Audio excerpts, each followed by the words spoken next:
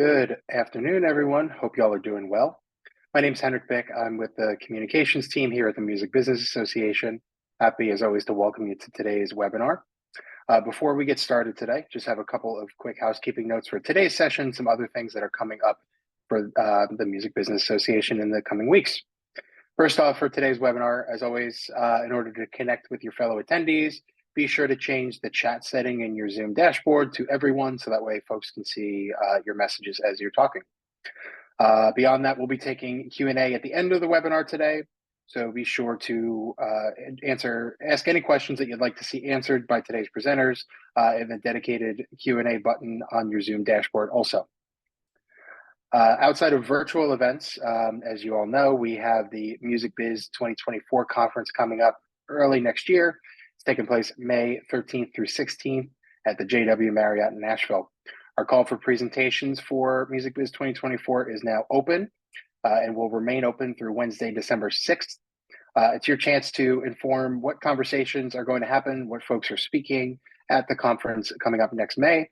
So make sure to have your voice heard. Go to musicbiz2024.com.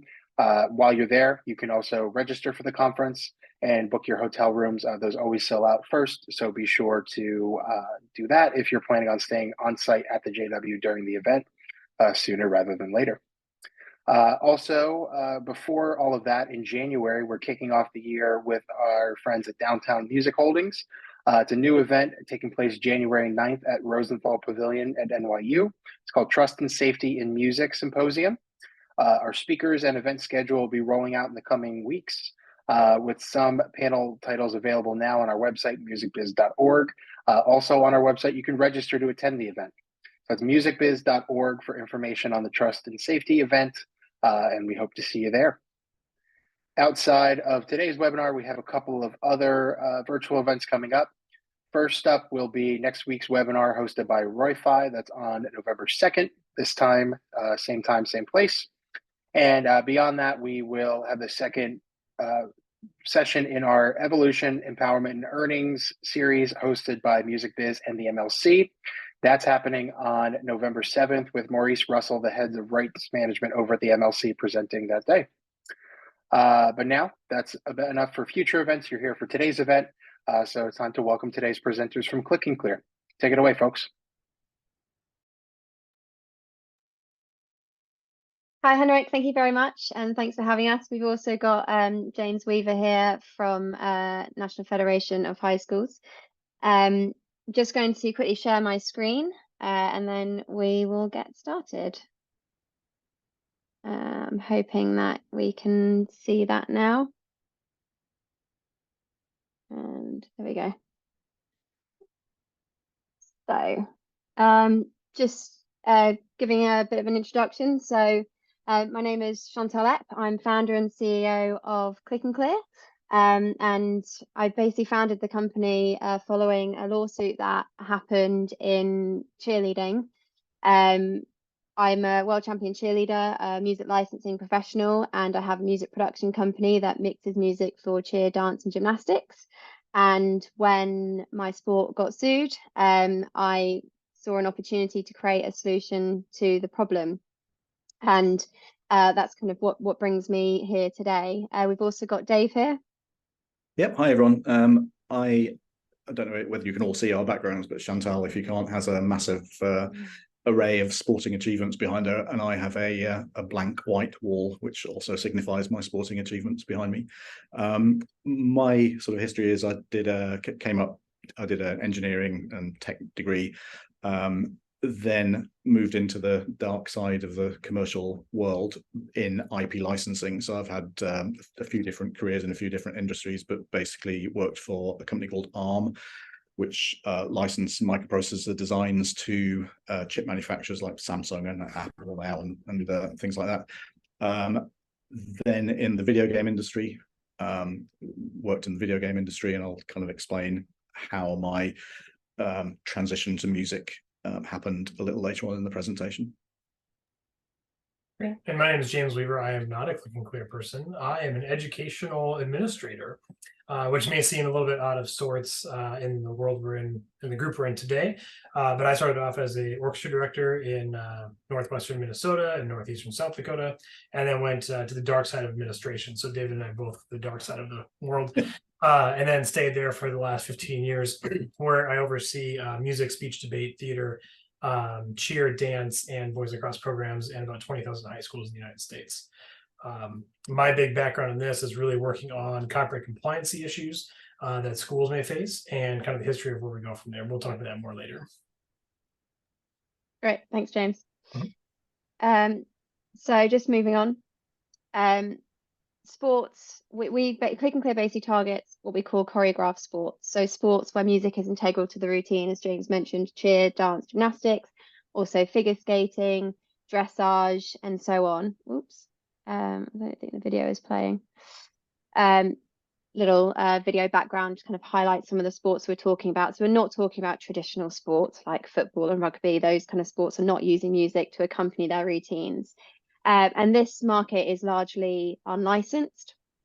And so our goal here is really to turn an unlicensed market into a licensed one, bringing in new revenue into the music industry. And it's largely been unlicensed due to a number of different factors, which we'll talk about a little bit later. But there are a lot of challenges when it comes to traditional licensing model. The rights are quite complex. And we'll kind of move on to talk a little bit about the success that we've been having in this area.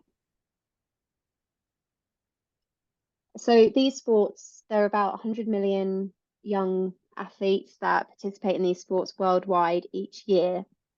And the sort of amount of licenses they need are about 1 billion licenses each year, which leads to about $2.4 billion in annual untapped revenue for the music industry.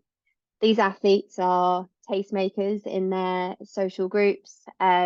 You've got athletes like Simone Biles, who I'm sure many of you will have heard of in gymnastics, Caitlin Ohashi, and many more. And the sports that we're targeting, it goes from the amateur level all the way to that elite level. And it's all countries worldwide. International sport exists in every single country. So we believe that this market is worth about 2.4 billion, which essentially is about an additional 10% of current recorded music industry revenues.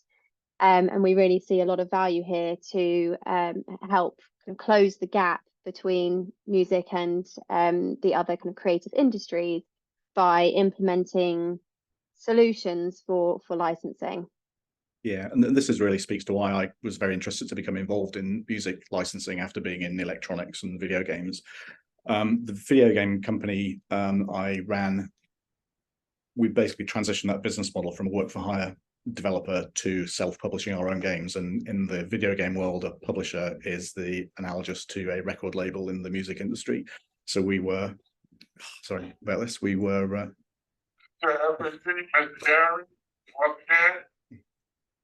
We had technical difficulties. It has been resolved. Sorry for the inconvenience. Thank you. Okay, very good. Anyway, sorry about that. I have no idea what's going on or who Mr. Gary is. Anyway, so basically, we took that company public, talked to analysts, investors, etc., and it's quite natural to compare video games to other entertainment sectors. So video games is $150+ billion a year, growing like a weed. It's overtaken film and TV combined, which is $100-odd billion a year. And then at the time, music was $20 billion a year. And that really all struck me as really, made me think a lot about it, because first of all, I'm not a musician, but I'm a casual fan of music. I think it's ubiquitous. And we're just thinking about our ancestors around the campfire, as I do a lot. People play, which is the video game side of things. They tell stories to each other, which is the film and TV. And actually, music and speech function in humans came up at the same time. So it's kind of wired into us to music appreciation and doing music and appreciating music in the same way speech is. And so my thesis is that each of those sectors should be equally monetizable. And so I think there's $100 billion a year gap in music industry monetization. And I see the type of thing that we do with Click and Clear as a perfect way of closing that gap, you know, $2.5 billion at a time, basically. So, so I think probably the best thing to do now, just to kind of start to introduce the issues and more of the nitty-gritty to this, is for me to hand over to James, who's going to tell us about what he does and who the people he represents are. You're on mute, James. We call that doing a Dave at Click and Clear. Yeah, sorry, first time using Zoom. So I work for an organization called the NFHS, and the NFHS is the National Federation of State High School Associations. So we work with the state associations that oversee high school activity programs throughout all of the states in the United States. And so what we really do is we focus on participation opportunities and those kind of things. And my office really focuses on how do we do administrative support, how do we make sure people are doing things the right way, and those kinds of areas. And so where we became really involved in the copyright world about 7, 8-ish years ago, maybe a little bit longer ago than that, was really from when there started becoming an enforcement component that added on to going to schools. So before, everyone's like, well, we'll kind of get this license and we think we're covered, but nobody really knew for sure what was going on. And then when enforcement started happening, people understood pretty quick, like, oh, we are in a huge lack of knowledge on how do we get properly licensed. This turned its head for the NFHS and the marching band and the show choir world, and then quickly transformed into the cheer and dance space, which I get the fortune of overseeing all of those things. And so when we started getting into that mode, we had to sit down and say, okay, so what do we need to do and how do we do this? So we took a very education standpoint to it. My organization is not able to just reach right into a school and say, you must do X, but we can help the states influence those policies, help the states figure out exactly what they need to be able to do to make sure they are protected. And by protecting the state associations, it goes down into licensing to the schools. And so it makes sense in that regard. As we started going down this path, one of the first things we were trying to do was like, well, how can we make sure that all the schools, become compliant? And when we started asking everybody, like, how do you know you're copyright compliant? And they would reply back saying, because I'm doing what my high school worksheet teacher did when I was in school. It's like, okay, how do you know they were compliant? It's like, I don't know. And so we found out there's a big gap because we weren't teaching the proper approach to copyright compliance. So the NFHS made a very robust, at least in my opinion, a very robust educational program for band director, for all music directors, cheer and dance coaches, theater directors, speech and debate coaches, everything you can think of. We have a kind of choose your own adventure book in our copyright compliance education program. That has helped a lot. It has made it so people understand kind of how copyright works in education. It also, one of my goals is to get rid of, well, this is for education, it should be free and we're okay. Because that's not true, right? Creators have a right to be remunerated for the work that they have done. And it is up to us to make sure we are educating our students and our fellow educators, saying that we want to make sure we are doing things right. We want to make sure all creators are remunerated how they're supposed to be, and that we can all kind of move forward. And then, as everyone knows, if you know me on this call, my personal goal is like, how can we do it as easily and as inexpensive for the schools as possible, but make sure we're getting a fair payment back to the creators. So that's kind of where we're at on this journey of copyright compliance. There's a lot of challenges out there, and we'll kind of talk, I think, more about those. But I think that we're getting in a better space. And I think as more and more tools come on board to make it easier and less expensive for schools, it's easier for them to say, you know what, this is actually something we need to be doing. And so we want to encourage those conversations to continue. Great, thanks, James. Thank you, James. Yeah. So James's experience is entirely common in what we hear when we talk to people who administrate sports like gymnastics, figure skating, and so on. And I think we can kind of distill the issues that they have down to a few things. So first of all, let's talk about top left, which is ownership of music rights, which is fragmented. So the pie chart that you see there is the rights ownership of Travis Scott's Sicko Mode, which is currently the most sort of fragmented ownership that we've seen so far. So on the left, you've got record label, nice and clean. On the right is publishing, and the song, I believe, includes a couple of samples of other of older songs. Hence, you've actually got 30 writers listed as owners on that song, some of whom have a fraction of a percent of ownership. But nevertheless, when you want to license something, as we want to license music to people, or people want to license music to use, you have to have permission from everybody involved in that. And that then, well, before we move on to that, I think we all recognize that there's a trend in the music industry for a lot more co-writing going on with people. It's less kind of album orientated now and more about people collaborating on songs. And even a couple of years ago, I think the stat was there was in the US top 40, there was an average of 9 songwriters per hit song, and that trend is just continuing. And that really then speaks to the next problem that people have. So it's all very well us telling, which is a channel, which is us as a group telling sports and performing arts to license their music, but what's the channel? I mean, we'll sort of go through some of the traditional licensing issues in a later slide, I think, but it's essentially the fact that how do they know who to go to? The budgets they have are, you know, they have budget, but it's not enormous. It's not a Volkswagen TV ad at the Super Bowl or anything like that for you sync guys out there. And they just well, how do I engage with these people? And I don't, you know, sometimes nobody replies to me. Sometimes they say no. You know, what's going on? David, if I can, I mean, if I can interrupt you real quick, I mean, that's a really good point in the school's case, because every time I go around, they really want to be copyright compliant. They want to do the things they're supposed to do, but navigation has really become one of the biggest issues. Yeah, and it's really, really tricky and that kind of speaks to the next issue, which is scale. Where, you know, we believe in all the sports that we're tackling where music is used as part of the sports, each year 1 billion copyright licenses are needed to actually properly, you know, make these sports fully licensable.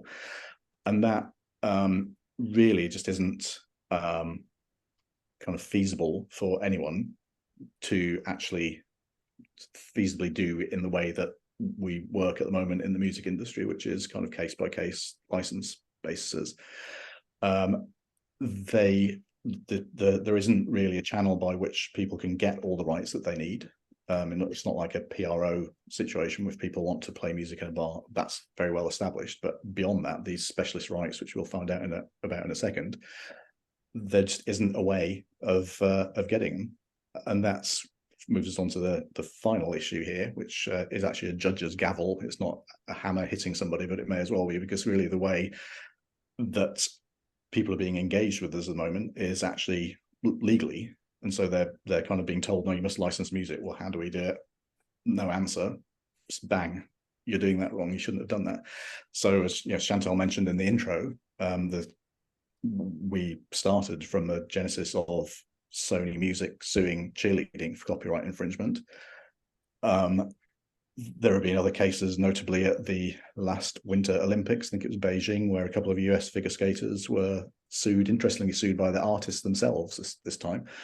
And they sued the athletes, they sued the national, the US Figure Skating Association, they sued the International Figure Skating Union, the international governing body.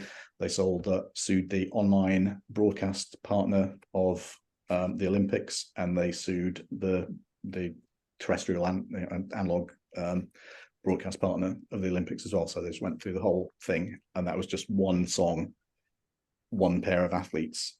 And I think we're all understand that, look at using, say, Spotify as an example of how to solve an issue like this is to make it easy for people to interact with the music industry, because they do want to do that, as to James's point earlier. But currently there is no way to do that. Yeah, it's very much all about kind of aggregating all of those complex rights together and providing an easy solution for the market.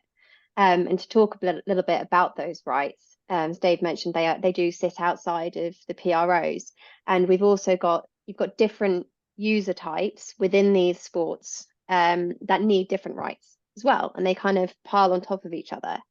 So the first group of users are the participants or the athletes or teams, and when they are for the sports like dance, gymnastics, figure skating, and so on, they are using recordings of the music, and they are editing and adapting that music into a mix to accompany their routines. So they are adding sound effects and beats and voiceovers.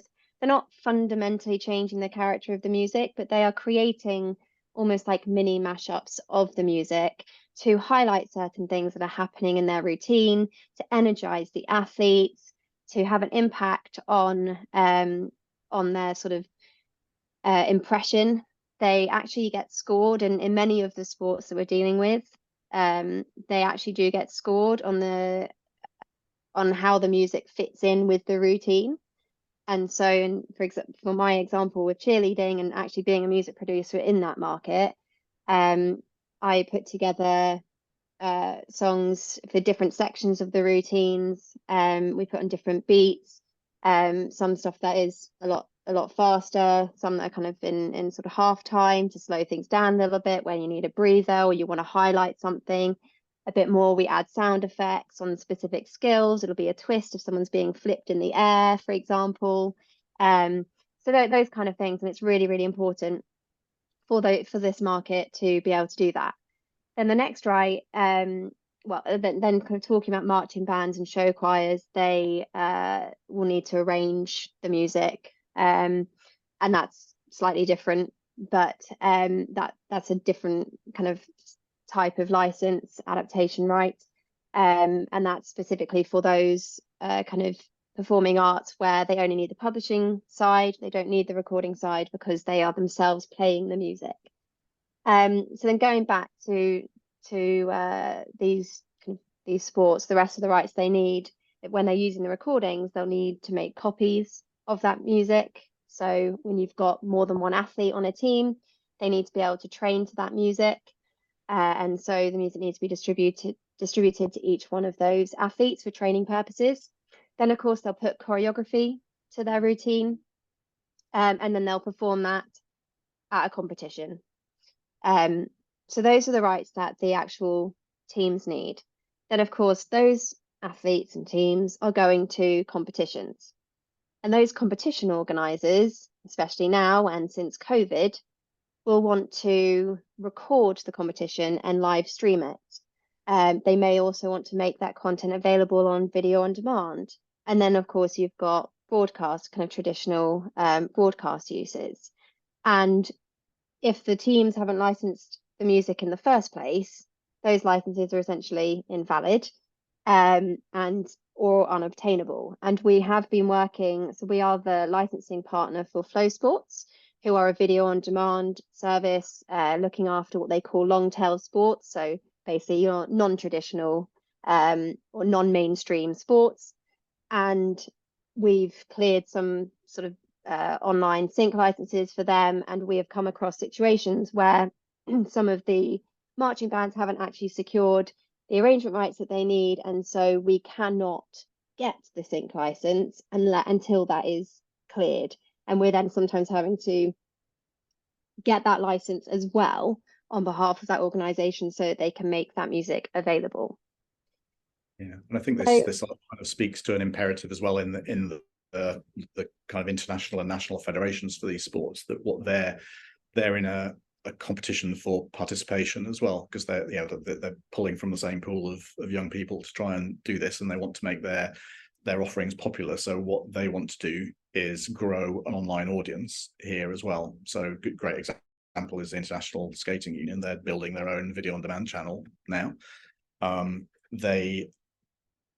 what they're looking to do is, as I say, engage an online audience to grow that audience, to get people interacting with them online, because it's important, first of all, to let people kind of have touch points with their sport online, because that's where people are these days. And obviously, when your sport uses music, you have to have music, or ideally, you have to have music. Where we know a lot of people that mute music, but much better when the sport uses music to actually have the music in the online content, because then as well, when they go to their sponsors or broadcast partners, the bigger their online audience is, the better deal they get from those guys as well. So they're in both competition for participation, but engagement, and therefore the better deal they get for their rights. They are rights holders as well in that sense. And so just to jump in on that, sorry, Dave. These sports aren't looking to use YouTube going forward. They are starting, as Dave mentioned, to create their own platforms so that they can create their own sort of participant and engagement base. And so they're very much steering away from YouTube, where they can't really secure the rights that they need. And regardless, they have no control of the whole claiming situation that happens on the platform. So they are looking to build their own platforms or work with a third party, like a company like Flow Sports, that has all that structure in place already, and partner with those organizations to basically build their own channels. Yeah, and I think James, I don't know whether this is confidential or not, but I'm going to say it anyway, but sorry. I think NFHS itself has kind of ambitions in that direction about putting events online as well. Yeah, I mean, we have a pretty robust network right now called the NFHS network. But I mean, to your point earlier, anything where music is a part of the broadcast is muted for those reasons. And just trying to figure out how to make all that work is the challenging component. Yeah, absolutely. So it's weird. Sorry, go on. So I said it's weird watching state cheer dance competition on the network live, and it's all fine because it's just live stream. Then as soon as it goes to the archival component, it's muted, and so watching dancers dance to no music is weird. Yeah. And just to kind of add to that, this sort of scale of music that's being used. I know in some of the larger cheerleading competitions, there can be almost 8,000 pieces of music being used across a competition weekend. And having to clear that manually is a near impossible task. Yeah, and I think it's worth pointing out as well that when we talk about video on demand, we're not talking about music videos. We're literally talking about videos of sports people doing their routine to music that they've already licensed the music. The organizers just need more rights. And as Chantal said, the scale of some of these competitions is crazy. Of 8,000 bits of music being used in a weekend in every sort of county in America, essentially in America, and that flows on through the rest of the world. And so what we're trying to do here is not just offer a piecemeal solution to different people, but you see, first of all, we offer the rights that the participants need. They pay for those rights because they're the ones using them, the adaptation of the music and being able to choreograph their routine to the music. Then the people who kind of pull those performers into a competition, they need different set of rights, the live stream, the video on demand, but it's still essentially the same use. It's not, if there was a well, we'll talk about that in a second, but it's very important because we still need to be able to offer those rights to the competition organizers as well as the participants. One without the other isn't really a solution. So it's got to be like an end-to-end solution for the whole sport. And that kind of brings us on to, of course, what we're doing sits within the context of existing rights as well, which we're happy to fit within. We view ourselves as complementary to and supplementary to the other rights. So let's start off at the top left corner with UGC channels like your Facebooks, Instagrams, etc. The music industry generally has licensed those platforms already. We're not double dipping here. We do not license those platforms. We know you've got direct relationship with those guys. We step to the side of that, but what we do also offer is the right to make the video in the first place, that with this the music and the choreography that then goes up onto the social media channels and so on. Obviously, then you've got your PROs along the top, and all our rights are granted subject to the people having a valid PRO license in their venue or online, as the case may be. So again, really what we're doing is, if anything, stimulating those licenses for people, because we're kind of diving down into the sporting hierarchy of venues that may well not be licensed yet by PROs. Yeah, and can I just chime in on that as well? And we'll talk a little bit more about it later, but currently the majority of those sporting events worldwide are not actually reporting the use of music in the venue. So there are no cue sheets being sent for the in-venue use, and even for some of the broadcast use, the competition organisers don't really have a way of understanding what music the athletes are using. So it's very challenging for them to actually provide any sort of cue sheet. Yep. And so moving on to print rights, so obviously we do not sell, hard copy books of people's arrangements, but obviously there is a need when people do arrangement rights to note that down and copy it and so on. And so we look for those rights to address those performing arts situations, but where people are already working with established partners in that field, like the Hal Leonards, Alfreds of the world, we're happy to work. We work with those guys as well. And then finally, one of the things that is often an issue when we talk to record labels and so on is, oh, what about my sync department? You've got video on demand rights. You're just trashing the value of our syncs. That's absolutely not the case, because as I mentioned before, on the video on demand side of things, these syncs are not Volkswagen adverts at the Super Bowl final. This is actually some town in Idaho's cheer team or cheer competition, people using music they've already licensed to that, and the people want to either show it online or have a video on demand archive of that type of things. And actually, again, if anything, I think with people being educated about music licensing, they will understand that they need a proper sync license for if they want to promote their gym or their competition or whatever with a piece of music, then they need to get another license from that. We don't have that license as part of our standard offering, and so that would go to your traditional sync team. So the belief and practice is here that we will unearth actually a lot more opportunities for sync for your teams. We're not trying to muscle in on their territory at all. Well, I think, David, if I can jump in here for a second, I mean, you brought up the idea of educating the difference between what they're doing with video on demand versus traditional sync, right? Like that's part of the whole ecosystem on the education aspect of what we need to do. I think there's so much confusion that has been built throughout the last 50, 60 years worth of copyright law.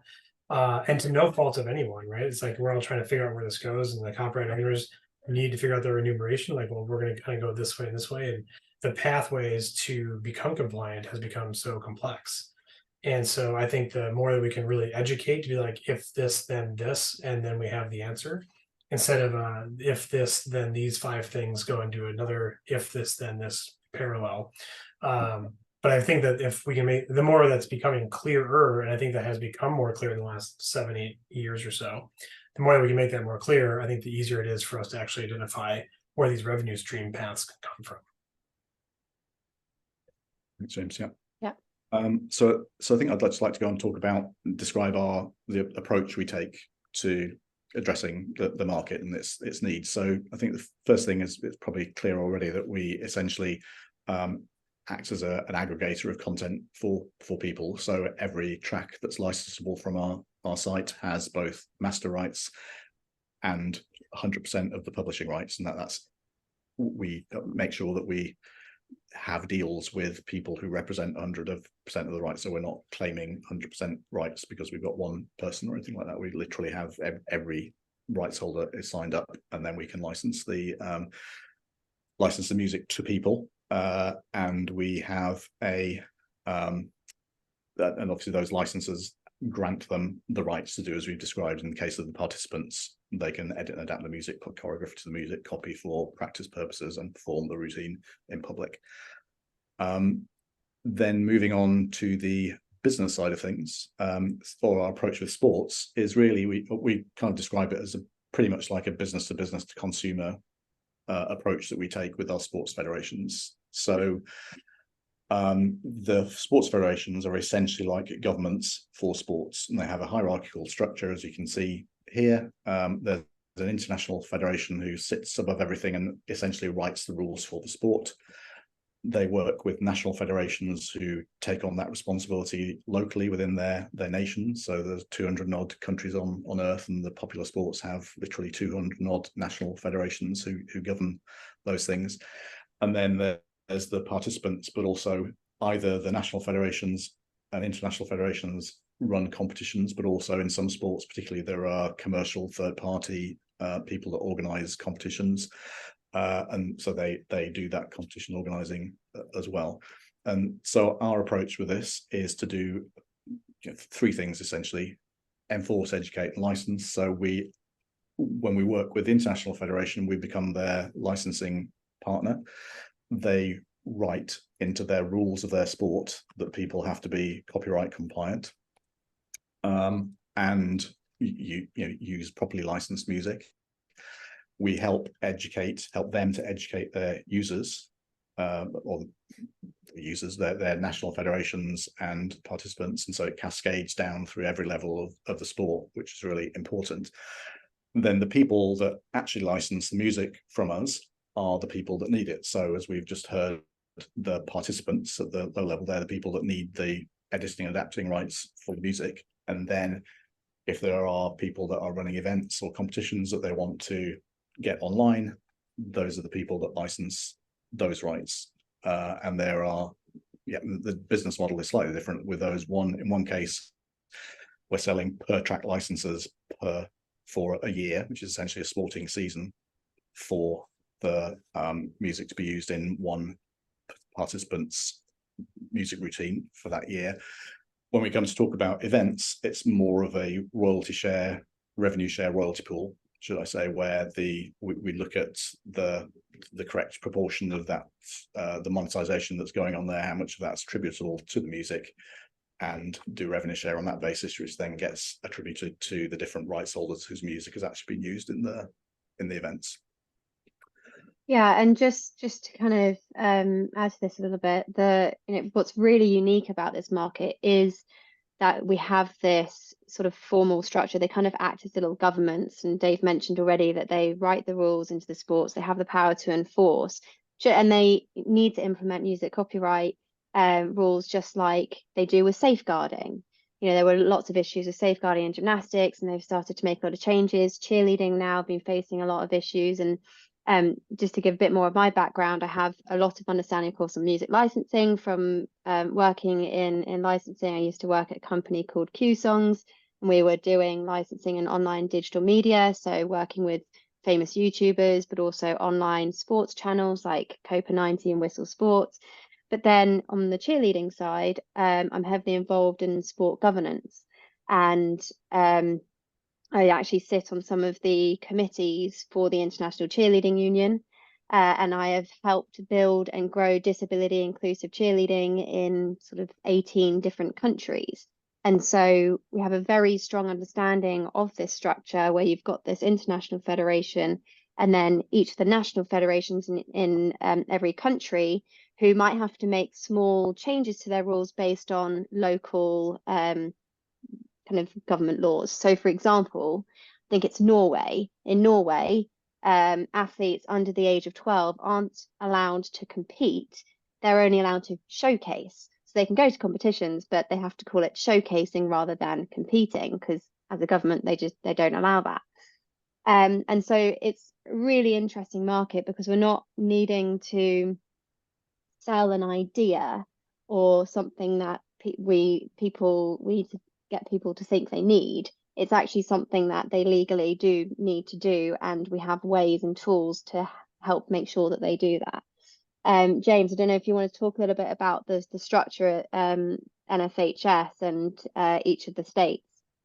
Yeah, so what we do is we really try to educate the states on the importance of, like Dave and Chantal mentioned, having those rules that enforce copyright compliancy within each individual state event. And so we've been doing a lot of education the last several years, trying to get them to understand, like, these rules are important. They not only protect you as a state association, but also protect your schools within your state association. And by protect, it just means, like, when we do things the right way, we're doing things the right way, right? Like, that's the simplest version of what we're trying to do. And so we really focus on, how do we make sure that everyone has a clear understanding of what needs to be licensed, why it needs to be licensed. So when they explain it to their schools, they have a good grasp and understanding of that. And then hopefully the schools are educating their student participants, right? Because as we mentioned, like, it's one thing just to be like, well, we want to make these videos accessible to like grow the thing and create a revenue stream. Schools don't do that. What happens in the schools area is like, this is where the kid belongs, right? We know that when kids go to school, they get an education. That's kind of a thing. But we also know in the high school activity space that they go to school for activities and the programs that they're in, and they happen to get a math education along the way, which is really good. But those kids belong in a cheer team or a dance team or in the marching band or whatever activity they're in, basketball or football. Because when they're there, we got them in the school and then they get educated. All of that to say is when we look at this from our level, we're just looking at, well, how do we increase participation as much as humanly possible? Because we know we have proof that the more kids are in high school activity programs, the more they're in school, attrition rates go down, all those kind of things are true. But how do we make sure we do it now where we're getting legally licensed music for the things that require music? And that hasn't necessarily been done in the past. Primarily because people didn't know what to do. And so I'm excited to see how this is all coming together. And I think this is a good conversation to have between the education community and the music community as well. So as we go from a national level with the knowledge to go to the state levels for enforcement, to go to the school level for participation, it can be all encompassing in that triangle. Yeah, I think it's probably also worth mentioning that we have done trials in the past, and you'll see why and with whom in a second, with some very significant international competitions. And probably the mildest way of describing this is these competitors are fiercely competitive, and they want their music to, if it's going to prevent them entering their competition or doing their sport, or we use a traffic light system in the verification process, of not getting a green light is anathema to them. They absolutely want to get green, like the way they absolutely want to get gold. That's the mindset of the people we're looking at. So, and I think you've heard from James as well that these are not unwilling people. They want to license. It just needs to be made easy for them. So I think if we move on to just talk about the progress that we've got with the approach that we're taking now. So we kind of describe what we're doing with as kind of bridging the gap between music and sport. And I hope I haven't insulted anybody's intelligence by putting a picture of a bridge on the slide. I'm sorry, but that's what I did. So there you are. So music industry, we've got about 1,000 rights holders signed up, labels and publishers. We have I think access to about 8 million tracks and 18 million. 8.5. Yeah. Half, yeah. It's constantly growing every day. Yeah. So of those, with putting the jigsaw together of all those different rights, because we need, as I mentioned before, we need absolutely to be physically positively licensed before we can go ahead and issue authorizations to people to use these things on your behalf, use their tracks on your behalf. That's actually whittled down to around about 10% of the 10% of the actual number of tracks we've got. It's just we haven't got the final pieces of the jigsaw yet in many cases, and so we absolutely still need to work with a lot more people, and also the sports. You wouldn't believe the diversity of music that people are interested in, worldwide, and so on. So it's kind of big. It's like probably the biggest catalog by far of this type of catalog. But we ultimately want to get to the position where we can offer the same type of breadth that, say, Spotify does to people. We want to just make it that easy for them. Yeah, and I think that that is challenging because Spotify doesn't have to make sure that they piece together all of that complex puzzle of music rights together, because they're largely dealing with the PROs and directly with labels and publishers, but they're not licensing the music to anyone. They just need to license their platform, whereas we are licensing music to people. And so we have a very, very strict approach when it comes to matching. And we've built a suite of technologies to help us support and basically get access to this market and bring in this untapped revenue. And it starts with the rights management database, where we have to piece together all of that ownership. It ingests the music data, and that creates the foundation of our licensing platform, where the athletes can go ahead and instantly license the music. And then we've got our license verification system, and that actually gets implemented by the international and national sports competitions or any competition provider for them to actually check and verify if the athletes have in fact licensed the music. So it's essentially like an enforcement tool, acts similar to YouTube's content ID system, except it's for in-person sporting competitions. It can also be used on online VOD channels. But that system, as Dave was mentioning earlier, uses a traffic light system. So athletes at the beginning of their season or when they go to an event, they submit their music, their audio file, together with the licenses. And in the case of the marching arts, they submit their song list together with their licenses. And our system will verify that music and check it against the license agreement to determine whether or not it is actually licensed. And when they get that red dot, a lot of the athletes freak out. We get some frantic emails. How do I change this to green? I can't compete unless my music is licensed. And it's really great educational tool, because then they start to realize, oh, ripping music off YouTube isn't legal, or getting this iTunes or Apple Music receipt isn't legal. And it can actually be used as sort of an educational tool. The kind of final piece of our technology that we are working on is a sort of audio mixing tool to help those athletes be able to create their mix without having to hire music producers and so on. Yeah, or to leave our platform. It has really good security, and actually helps verification a lot as well if everything is handled through our site. But I think I just really want to sort of double emphasize how important that verification system is, because it's all very well us collectively telling people you need to license music properly, but when you talk to people like James and his colleagues in other sports, it's, well, how on earth can I do that with the volume of licenses that come? And so this is a tool that really helps sports administrators to get in control and manage their music licensing. Therefore, they protect themselves from copyright infringement. And as Chantal said earlier in the presentation, because that license verification system spits out cue sheets as well, they can then go ahead and both, first of all, empowers them to license other rights like your live streaming and video now, because we now know what's being used at that event, but also excuse me, helps them with the PRO situations, or because they can now actually accurately report through the PROs what music has been used as well.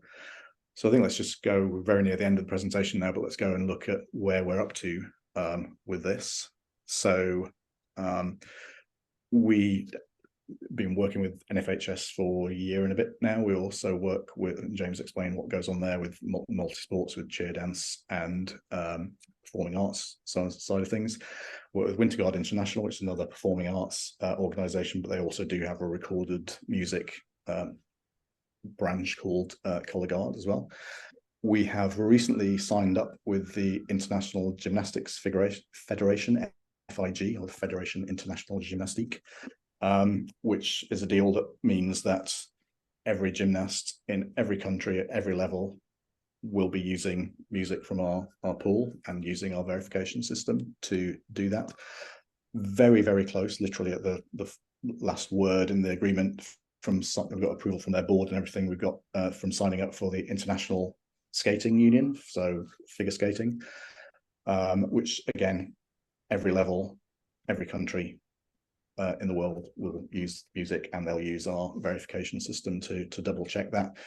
And then really pleased to be able to say this is not public knowledge until right now, that we've actually have an agreement with the International Olympic Committee to start rolling music license verification out in the Olympic Games. That starts in January at the Gangwon Youth Olympics, carries on in Paris 2024.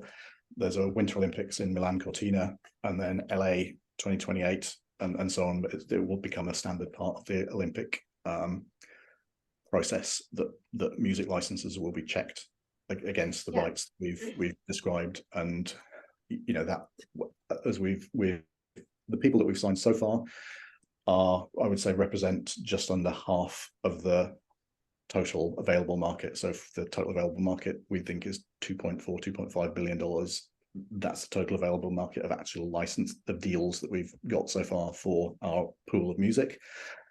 The interesting thing about the International Olympic Committee, obviously it's a super prestigious, incredible validation of what we're doing, and that by itself. The sports either are Olympic sports already, things like equestrian or synchronized swimming. That's a very old term, artistic swimming. Sorry, I'm showing my age there.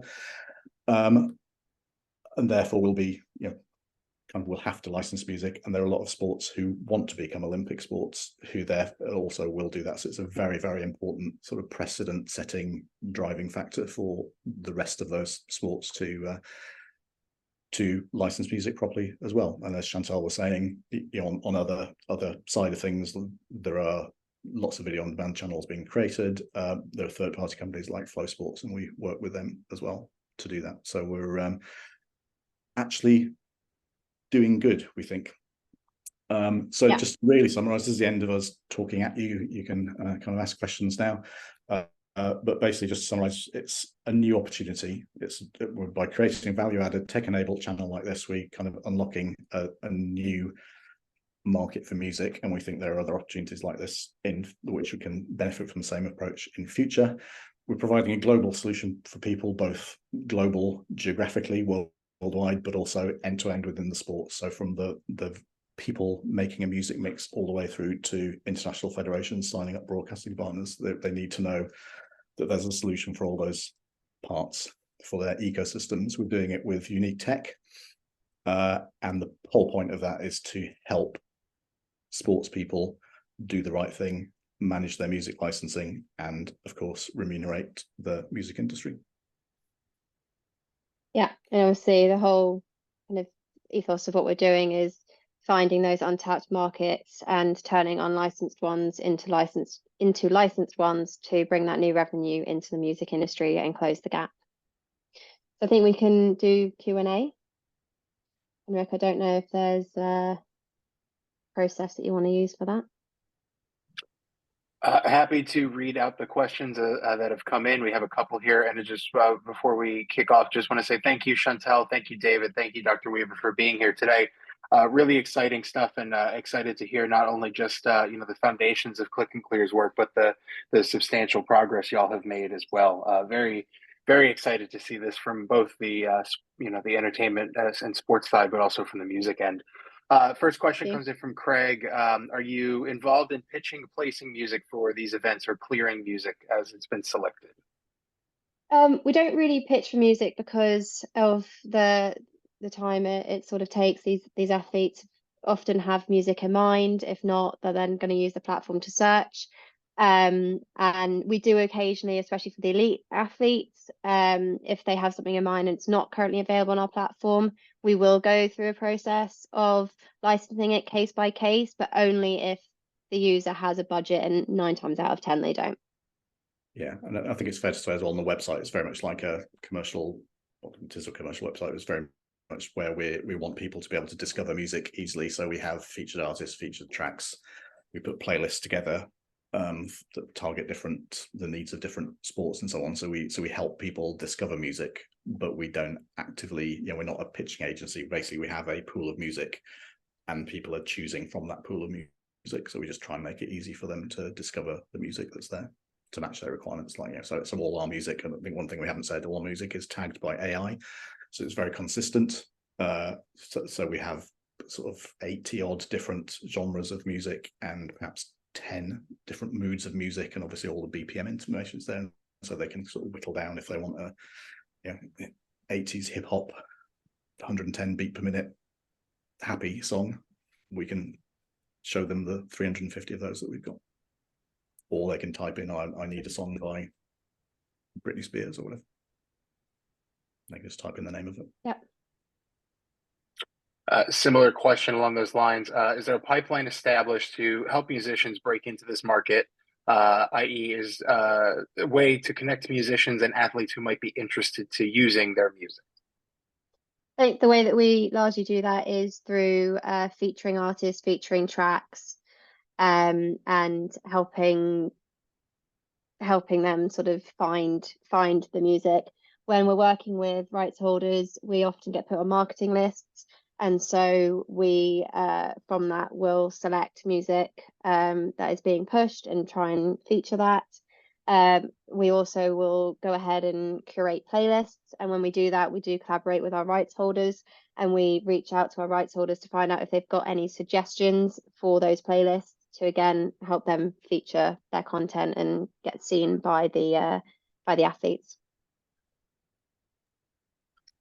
All right, our next question is about cue sheets. Does Click and Clear receive cue sheets for the uses of their music in your catalog?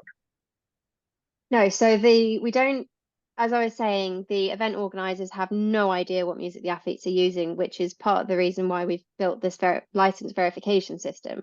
So when the license verification system is implemented by the event organizer, that can create a cue sheet, which really needs to go to the collecting societies or directly to broadcasters.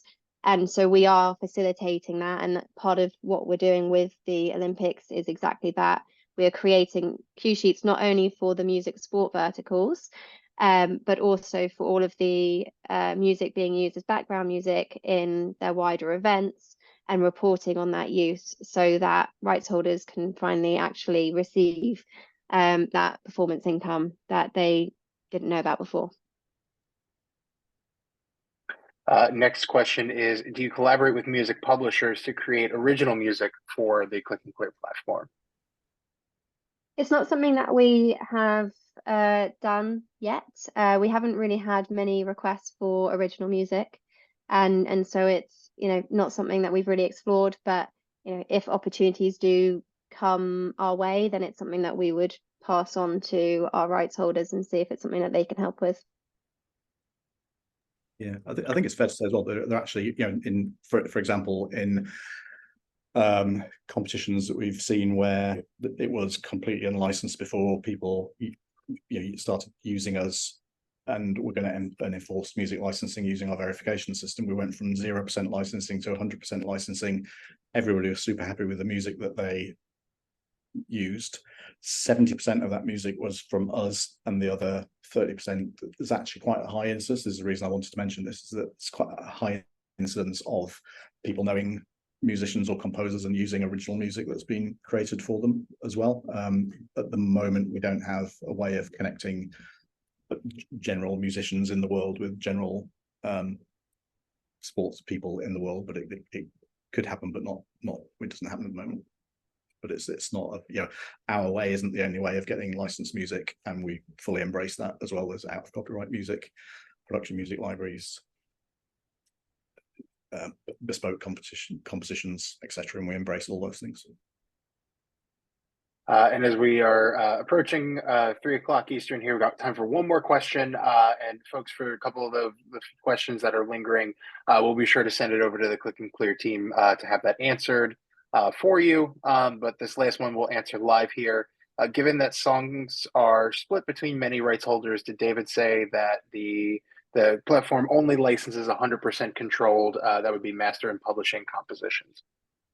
So we license all, well, so yeah, but I think the question is more if the rights holder only owns 100% both sides. So yeah. We are working with almost 1,000 labels and publishers: Sony, Warner, Universal Music Publishing, BMG, Cobalt, Concord, list goes on. Suite of songs here that we've got on the chat here as well. And so we know the music industry generally don't own 100% of music rights, and our rights management database ingests all of the audio and metadata, publishing ownership. We handle DDEX, CWR files, and everything else in between.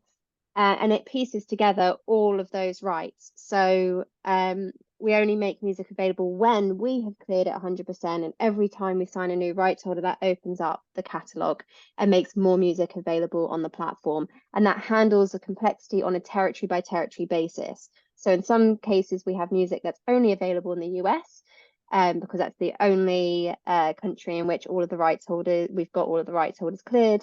And in other cases, we have music that's available for almost worldwide because of the way that the rights ownership kind of comes together. So the way that we work with rights holders is we'll basically do the blanket deals, and our system kind of does all the hard work.